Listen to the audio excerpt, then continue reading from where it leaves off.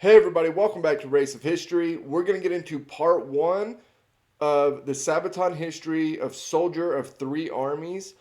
We did the song yesterday, so I'll put the link to it up there if you haven't seen it yet. And I'm going to get the next part two of the 1918 pandemic, the flu pandemic, out either later this afternoon or tomorrow. I've been working on it throughout the day, but I've got some other stuff to do. So hopefully it'll be out later today. If not, I'll get it out tomorrow. But we're going to do this one for sure. So let's get started. Sabaton History, Soldier of Three Armies. I'm Indy Nidell, And this is Joachim from Sabaton, and this is Sabaton History. doing a special since we are on Corona lockdown. So unfortunately, we're on Skype right now, but hope you'll understand.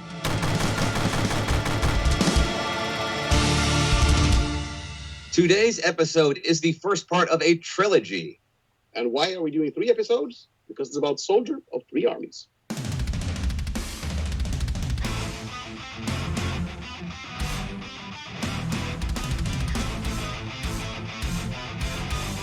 God, that song has a great sound to it.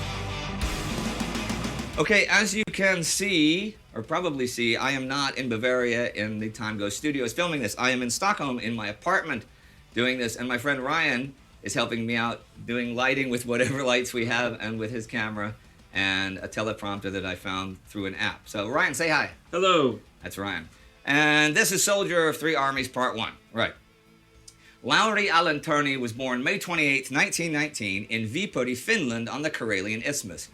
He had quite a calm childhood, but the older Lauri grew, the more he became aware of the troubled recent history of Viipuri and his country.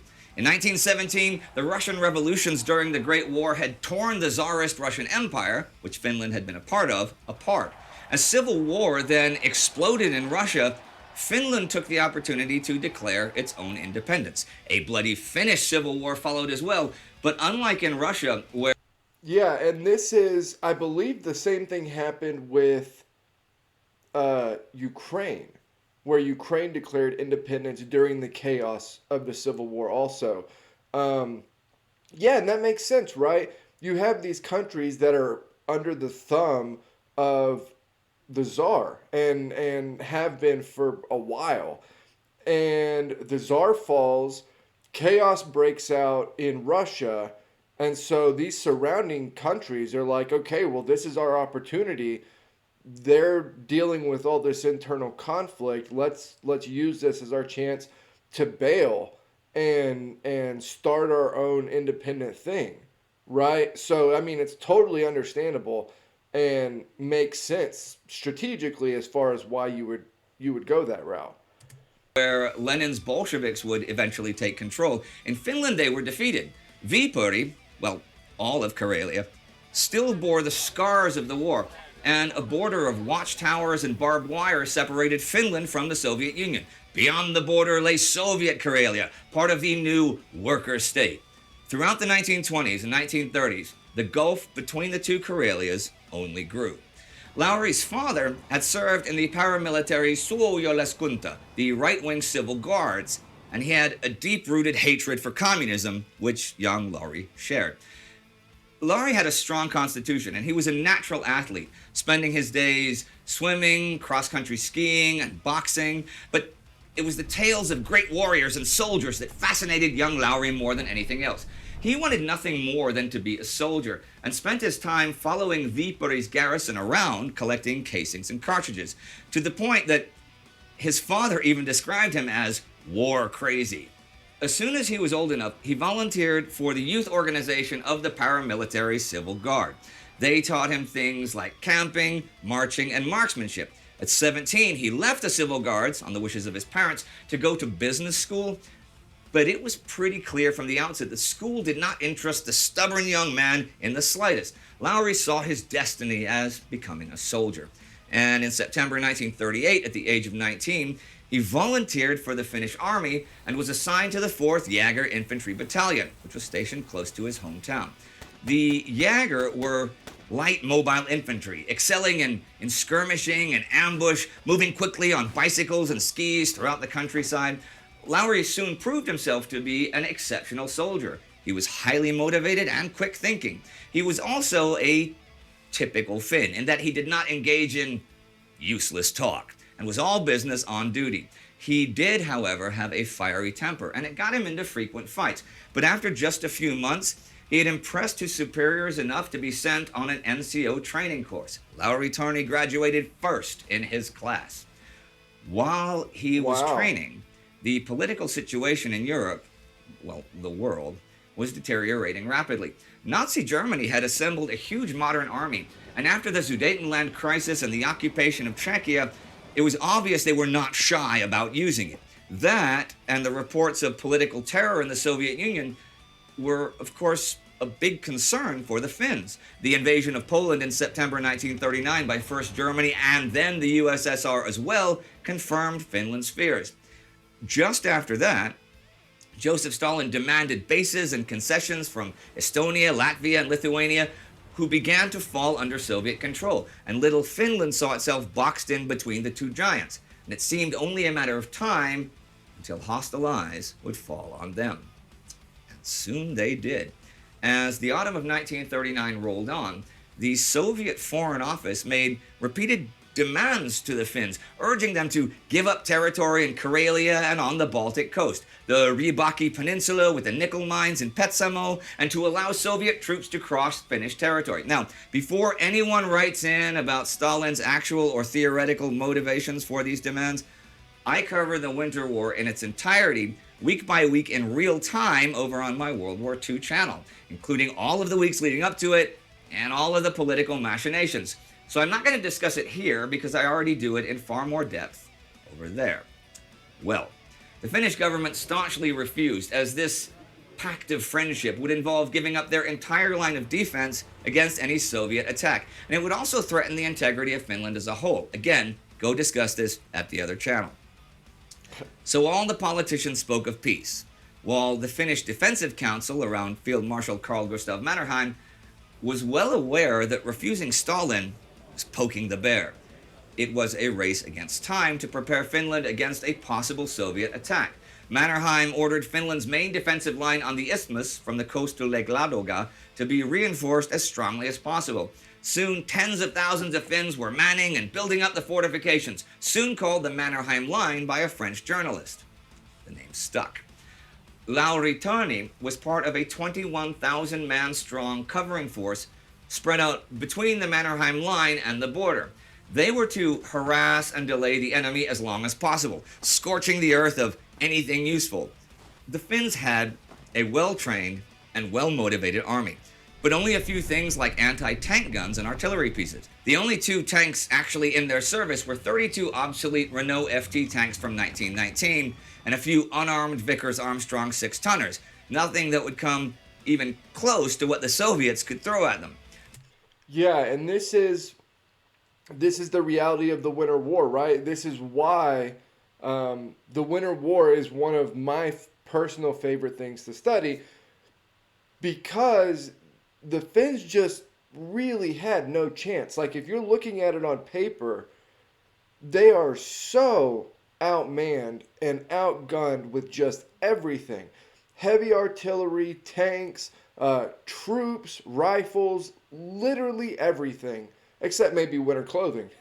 But they still held on, and took an absurd amount of Soviet casualties. And I think this is something that I go back and forth on, or at least thinking about. But I think, had the Soviet regime not been so severe to their own soldiers, that there would have been maybe less overall casualties, but far, far more prisoners taken by the Finns, right? Because there are a lot of situations where Soviet soldiers are holding out in a situation that is just untenable. They are going to die if they stay there. And yet they stay there. And I think maybe not in every case, but a large reason for that is because if they surrender, the Finns could literally, take their guns and let them go. and chances are they're going to be shot when they get back to the Soviet Union. And so I think it just totally influenced and impacted how this war turns out. But again, it's just such a great war to study, um, because of the absurd David and Goliath nature of it, because of the Stalin's purging of the officers in the military, and there's just so many things going on, um, that it makes it really, really a cool thing to study. Well aware of the disparity of force, and of course, the amount of manpower each side could raise, Soviet Red Army Command didn't concern itself with Finnish preparations and planned to simply steamroll across the isthmus in one huge offensive and into the Finnish heartland. War came November 30th.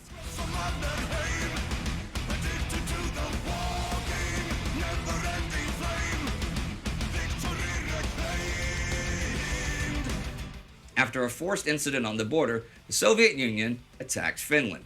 All along the isthmus, the Soviet artillery opened up. Törni's unit was at breakfast as heavy shells began falling all around the camp. The men of Törni's unit were suddenly facing the advancing 120,000 men and 1,400 tanks of the Soviet 7th Army, and this was just a part of the Soviet attacking force. Törni and his unit made a fighting retreat. The Finns mined the streets and sniped at the enemy as they fell back. They really had the terrain advantage on their side. Along the entire border with the USSR lies some of the densest forest on Earth, and the only part of it where an enemy could attack in large force with things like tanks was pretty much on the Isthmus of Karelia. But even the Karelian terrain, with its own forests and marshes, offered only a few good roads for the Soviet armored columns, and that basically funneled them into killing zones. The weather was now getting worse by the day as well. It was one of those harshest winters in history that you hear about in pretty much every war that ever happened in winter, but the winter... Yeah, that's funny because it is pretty common to hear harshest winter in history, or one of the harshest winters in history. But yeah, so the Finns have this kind of home field advantage, if you will, of the Winter War, right, against the Soviets. But also their small group tactics were incredibly, incredibly effective. I mean, seriously, the small unit tactics of the Finns in the Winter War are almost just like overwhelming for large amounts of the Soviet Union, and really big groups, columns of tanks and large groups of men, of soldiers, and these small Finnish groups just, in a lot of cases, tore them to shreds. They know the terrain. They know where weak spots are. They know how to get around quickly, and they wreaked havoc. Again, it's one of the things that makes it so awesome to study. Winter of 1939-1940, it really was one of them. Temperatures soon dropped dozens of degrees below zero, and snowdrifts could be as high as 2 or 3 meters in the forests, where the Soviets, for the most part, had no skis, and where the Finns were at home.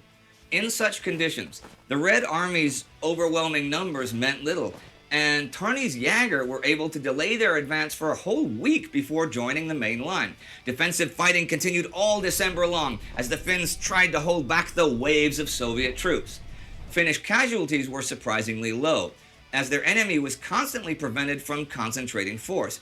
But as the new year began, tens of thousands of Soviet troops were starving and freezing to death in snow and ice-covered trenches. Once halted, a Soviet column was forced to try to dig into the frozen ground, waiting for supplies and reinforcements to come in. In many parts of Finland, supplies could not come in, though, and I am not exaggerating about Soviet soldiers starving to death. In their white snowsuits, the Finns were like ghosts, moving unseen through the snow-covered ridges and forests, Törni lived for the excitement of sneaking up close to a Soviet position and attacking with hand grenades and Molotov cocktails. Bit by bit, such quick hit-and-run attacks with submachine guns and satchel charges whittled down and destroyed the Soviet positions. Törni soon made a name for himself as a daredevil who did not shy away from danger. He embraced it. He loved the adrenaline rush and the chaos of combat. Instead of being stressed or shaken, Törni remained totally calm and focused. He soon commanded his own squad as he rose to Alikersantti, under sergeant, and led his men like wolves on the prowl, overrunning enemy trenches and dragging prisoners back to their own lines. Over the course of the winter, the Soviets suffered dearly for every inch of Finnish territory they took. But their casualties and their ammunition could be replaced. The Finns had only a... Yep, and that's the game, right? I mean, that's the whole advantage for the Soviet Union, and that's really the way that they fought this war, especially once they got bogged down, was their advantage was that they could throw as many men as they needed to at a given position, and it didn't matter how many of them were killed, they would be replaced, right? And so what you see is the Soviets attacking these certain Finnish positions where, you know, they use an outrageous amount of shells. They have a crazy amount of soldiers that are killed, and they just keep on and keep on and keep on until they eventually take it. And that's how they decided they were going to go about it, right? They were just going to lean on, like a boxer, just lean on the Finns until they wore them down, right? And the whole idea was, we can replace our men. Specifically, we can replace our men, and the Finns can't. And so that's the advantage that they had. Small pool of manpower and resources, and no allies other than international volunteers on which to call. A peace treaty between Finland and the Soviet Union was signed March 12, 1940. Soviet Foreign Minister Vyacheslav Molotov, the guy Molotov cocktails are named after, read out the peace terms. The Soviets will move the Finnish border and take the whole Karelian Isthmus, including Viipuri. This region was home to 12% of the Finnish population. The Soviets will lease Hanko Peninsula, take the Ribaki Peninsula, a bunch of islands off the coast, and some land near Salla. This is all roughly 25,000 square miles of land, but perhaps more importantly, every naturally occurring defensive line Finland has. Finns in the ceded land had 2 weeks in which to evacuate. They could choose to remain in their homes and become part of the Soviet Union. Nah. I think I'll get out of there. But not a single one did. True story. Yeah. Well over 400,000 Finns were rendered homeless, and Törni's family was among the long trail of refugees that made their way across the new border. Törni, however, had not fought his last battles. He was sent to officer school, graduating as second lieutenant. The world, however, was descending further and further into war. Törni had not seen the end of it by a long shot. Remember, he was a soldier of 3 armies, and the Finnish army was just one of them. Shout, Lauri Törni's name, a soldier of the armies knows the game, gives their echo from the past. Rise from beyond your grave, son of Finland and the green rain, may you rest in peace at last. Lauri Törni. Now, another thing different about today is you have brought something with you. You have a book with you. Yes, I did bring a book. Born a Soldier, The Times and Life of Lauri Törni. Hang on.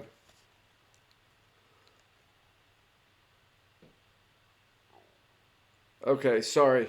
I wanted to take a picture of it real quick so I could look at it later. Hey, Michael Cleverly. Now, they might not know who Lauri Törni is because it's not mentioned in the first episode, but it is an alias that Lauri Törni uses, foreshadowing later on in his life and career. He becomes Lauri Törni.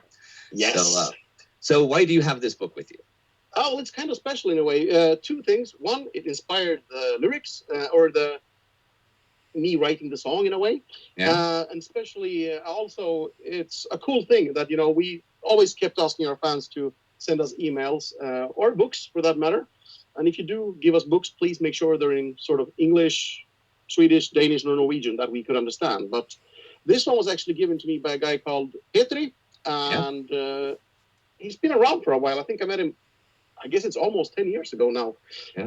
Finnish guy. We met in a sauna on a boat between Sweden and Finland. Okay. Oh, was it on one of the rock boats, so like a music boat? Yes, I think so, actually. And no, it's really, over the years, he kept, nagging me. You should make a song about Lauri Törni. I'm like, yeah, whatever. And of course, we've been, in the sauna drinking or whatever. Yeah. And I forget because I'm senile, okay? So after a few years, he gave me this book. Yeah. And that's the song. Well, a couple of things hit me about that. No, 3 things, 3 points. Okay, one, you said if they give you books, they should be in English or Swedish or a language that you understand. Let's say, for example, that there was like a book about smoking snakes that somebody really wanted you to read, but it was only in Portuguese. Couldn't some Brazilian guy just stand next to you for a few days and just read it out loud, translate it? and then, come on, that'd be okay, right? Yeah. Or since you obviously encourage people to send you books and things for ideas for other songs, why don't, because you're on lockdown, why don't we just print like your home address on the screen, right? And then people can send things by DHL or Federal Express, and then you'll have lots of great books to read while you're put my home address on the internet. That's of course. Brilliant. I mean, what could possibly? Nothing. I mean, worst case scenario, you get some books. Absolute worst case scenario. Nothing else could possibly happen. No, I did have another point I wanted to make, something else. You mentioned that you met him on one of those music boats, and I think what maybe a lot of people around the world don't know is that for the quarter of a century that I've lived in Sweden, and I'm sure back before, there's always been rock boats on the Baltic.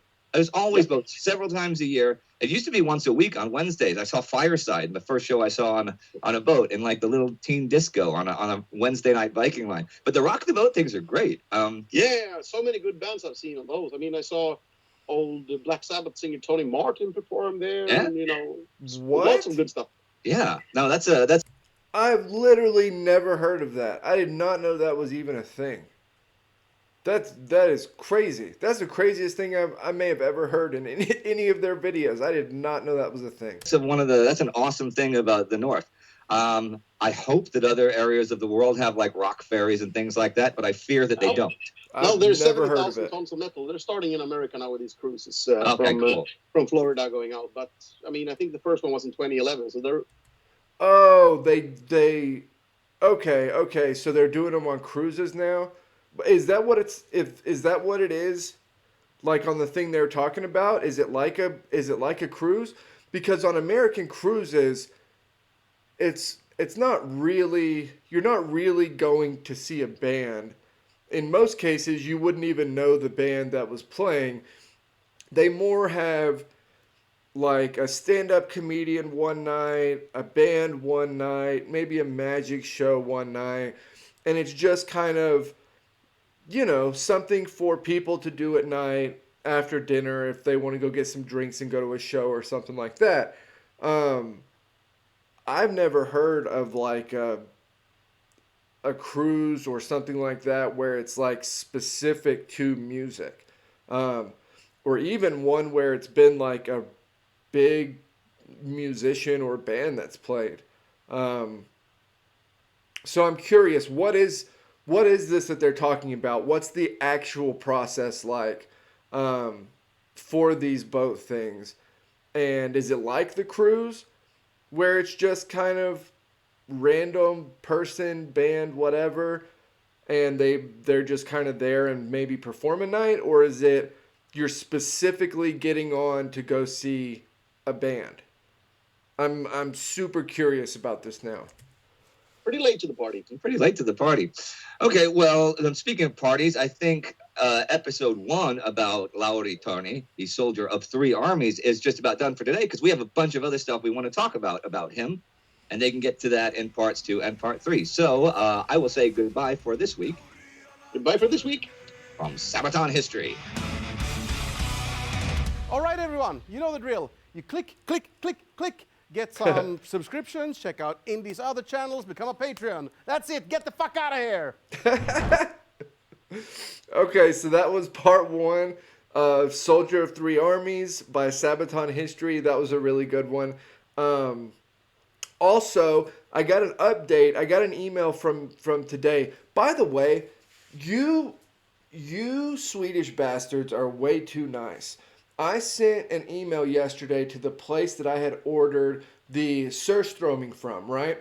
And I said, hey, 2 weeks ago today, I ordered this thing and I hadn't heard anything about it. So I was wondering like where it was in the process or if it had shipped or whatever.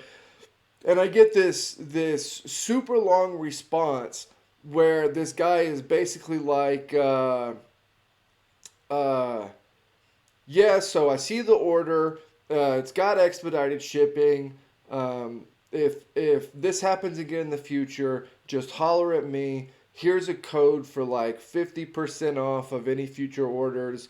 You know, it should be out and to you in the next like whatever 4 to 8 days or something like that.